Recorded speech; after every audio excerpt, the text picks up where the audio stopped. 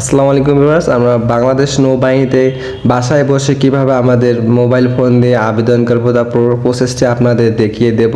আপনারা পুরো ভিডিওটি স্কিপ করবেন না, পুরো ভিডিওটা মনোযোগ সহকারে দেখুন। আমাদের মোবাইল ফোনের ক্রোম ব্রাউজারে joinnavy.navy মিল বিডি দিয়ে সার্চ করলে আমাদের নিচে একটা ওয়েবসাইট দেখতে পারবেন, নেভি জয়েন বাংলাদেশ। এখানে ক্লিক করবেন, ক্লিক করলে আমাদের বাংলাদেশ যে নৌবাহিনীর যে ওয়েবসাইটটি আছে এখানে নিয়ে আসবে। আমরা একটু নিচে স্ক্রল করে দেখতে পারবো নাবিকে যে নিয়োগ বিজ্ঞপ্তি এখানে লেখা আছে ভিউ ডিটেলস ক্লিক করলে এখানে যে নিয়োগের যে তথ্যগুলি সেখানে আপনারা পড়ে নিতে পারবেন। আমি যেহেতু পড়েছি তাই আপনারা ক্লিক করে একটা ইন্টারফেস চলে আসলো, যা এখানে তিনটি স্টেপ রয়েছে। প্রথম স্টেপে আপনার পার্সোনাল ডিটেলস আছে, ডেট অফ বার্থ, সিলেট জার্নালের জাতীয়তা, এগুলো আর কি পূরণ করতে হবে। আমি জন্মসালটি পূরণ করতেছি, আমার জন্মসাল 2005 সিলেক্ট করলাম। এরপর মাস সিলেক্ট করতে হবে, তারপর তারিখ সিলেক্ট করতে হবে। আমি তারিখ সিলেক্ট করে নিলাম। এরপর আর কি জাতীয়তা বাংলাদেশ এটা দেওয়া থাকবে। এরপর সিলেক্ট মেল করে নিতে হবে। মেরিটাল স্ট্যাটাসটাও আপনার অবশ্যই আনমেরিট করে দিতে হবে। তারপর হচ্ছে হাইট উচ্চতা আপনার দিতে হবে। হাইট 5 ফিট 9 ইঞ্চি, আমি 9 ইঞ্চি দিয়ে দিলাম। কস্ট আপনার হচ্ছে 30-32 যে যার যেটা এটা আপনারা পূরণ করে দেবেন। তারপর আপনার ডিস্ট্রিক্ট সিলেক্ট করতে হবে। আপনার ডিস্ট্রিক্ট খুঁজে না বলে সার্চ বারে সার্চ করে আমি যেহেতু রংপুর ডিস্ট্রিক্ট, রংপুর সিলেক্ট করলাম। তারপর কন্টিনিউ বাটনে ক্লিক করে পর্বে দ্বিতীয় স্টেপে একাডেমিক ডিটেলস আপনার দিতে হবে। এখানে লেখা আছে জিএসসি পাস, এখানে আপনার পাসে ক্লিক করতে হবে। এসএসসি আপনি কোন গ্রুপে ছিলেন, যে গ্রুপে ছিলেন এটা সিলেক্ট করতে হবে। এসএসসির আপনার রেজাল্ট দিতে হবে, আমি আমার রেজাল্ট দিয়ে দিলাম। এরপর আছে আপনার কোনো সার্টিফিকেট আছে কি না, কোনো কোর্স করা আছে কি না। নো, আমার কোনো কোর্স করা নেই, তারপর অতএব নো করে দেবেন। আপনারা যাদের থাকলে ইয়েস করে দেবেন। আপনার এইচএসসি শিক্ষাগত যোগ্যতা, আমি যেহেতু এসএসসি পাস করে দিয়েছিলাম এসএসসি দিলাম। এরপর এসএসসির রেজাল্ট দিয়ে দিলাম। তারপর কন্টিনিউ বাটনে ক্লিক করে আমরা দ্বিতীয় স্টেপে যে পদগুলো অ্যাভেলেবেল রয়েছে আমরা সে পদগুলোর যার শিক্ষাগত যোগ্যতা অনুযায়ী পদে অ্যাপ্লাই করব। এখানে সিলর, পেট্রোলম্যান, রাইটার বিভিন্ন পদ রয়েছে।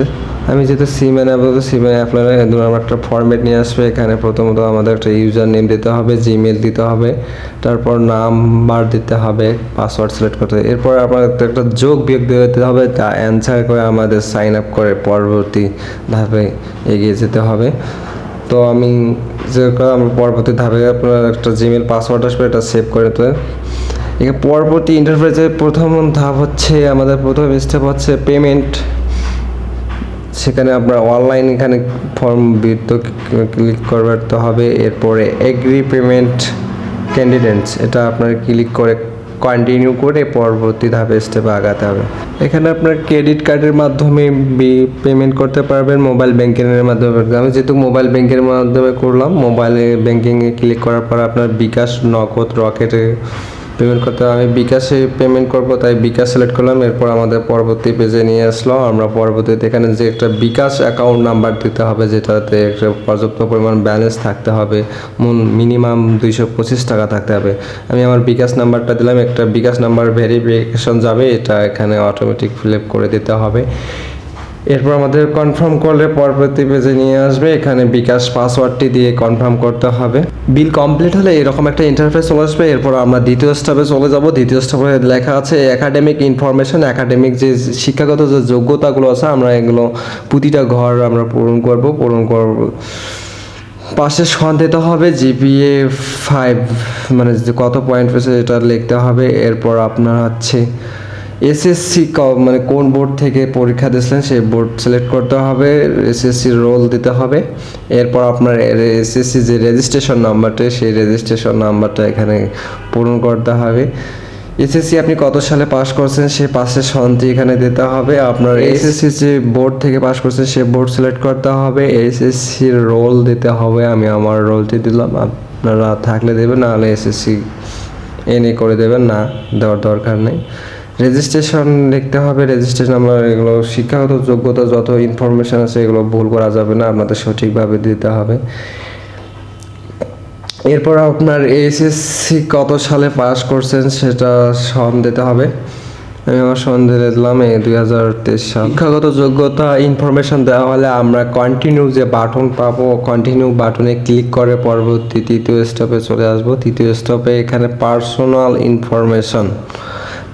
ইনফরমেশন চলে আসলে দেখা যাবে আপনার যে কোথায় পরীক্ষা হবে, নৌবাহিনীর মাঠ, সেটা দেখা যাবে। এরপর আপনার প্রার্থীর নাম, পিতার নাম অটোমেটিকলি চলে আসবে। পিতার এনআইডি কার্ডের নাম্বার এখানে লিখতে হবে, অবশ্যই ধৈর্য সহকারে সুন্দর করে লিখতে হবে, কোনো ভুল করা যাবে না। পিতার পেশা কি, মাতার নাম, মাতার পেশা, এগুলো দিতে হবে। এরপর আপনাদের বর্তমান যে ঠিকানা আছে এটা সুন্দর করে লিখতে হবে, ঠিকানা খুবই গুরুত্বপূর্ণ। অভিভাবকের তথ্য, অভিভাবক জীবিত, পিতা জীবিত না থাকিলে আপনার ভাই, চাচা, যে কারো একজন অভিভাবক হিসেবে নাম ব্যবহার করতে পারবেন। যেহেতু আমার ক্ষেত্রে প্রযোজ্য না, তো আমি না ব্যবহার করতেছি। আপনাদের পিতা বেঁচে থাকলে অবশ্যই না ব্যবহার করবেন। এরপর একটি নিচে স্ক্রল করে দেখতে পারবেন যে ধর্ম নির্বাচন করে আপনারা যে যার ধর্ম নির্বাচন করবেন। এরপরে একটু নিচে স্ক্রল করে দেখতে পারবেন আপনাদের বৈবাহিক অবস্থা নির্বাচন করবেন। আপনি বিবাহিত কি না অবিবাহিত সেটা আপনি সিলেক্ট করবেন। অবশ্যই আপনাকে অবিবাহিত আনম্যারিড সিলেক্ট করতে হবে। এরপর আপনাকে প্রতিটা ইনফরমেশন চেক দিতে হবে, কোনো ভুল ত্রুটি আছে কিনা। আমি আমার শিক্ষা প্রতিষ্ঠান নাম দেই নাই, আমি আবার চেক দেওয়ার পরে আবার এটা দেখলাম, বুঝতে পারলাম যে এটা লেখা হয়নি। আবার সেই তথ্যটি পূরণ করলাম। পূরণ করার পর নিচে দেখতে পাবেন যে চয়েস ফাইল। এখানে চয়েস ফাইল ক্লিক করে আপনাদের ছবি আপলোড করতে হবে। তো চয়েস ফাইলে ক্লিক করুন। চয়েস ফাইলে ক্লিক করলে আপনাদের যে নির্দিষ্ট মিডিয়াতে ক্লিক করুন। মিডিয়াতে ক্লিক করার পর আপনার যে ছবিটি আপনি দিতে চাচ্ছেন সেই ছবিটি সিলেক্ট করতে হবে। আমি আমার ছবিটা আগে সিলেক্ট করে রাখছিলাম, তো আমার ছবি সিলেক্ট করলাম। ছবিটি সিলেক্ট করার পর আপলোড হয়ে গেছে।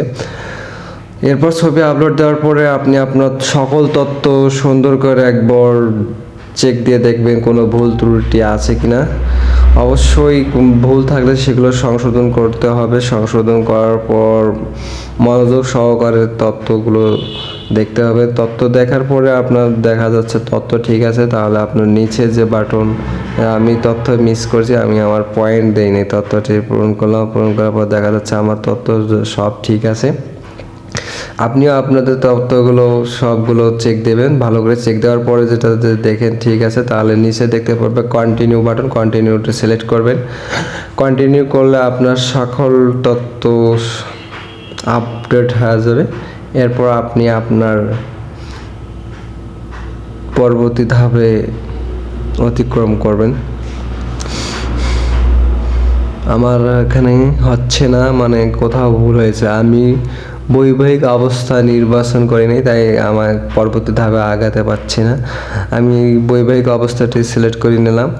তাই বলতেছি আপনারা অবশ্যই মানে সকল ইনফরমেশন দেওয়ার পরে সুন্দর করে মনোযোগ সহকারে সকল তথ্য দেখবেন ভুল আছে কিনা।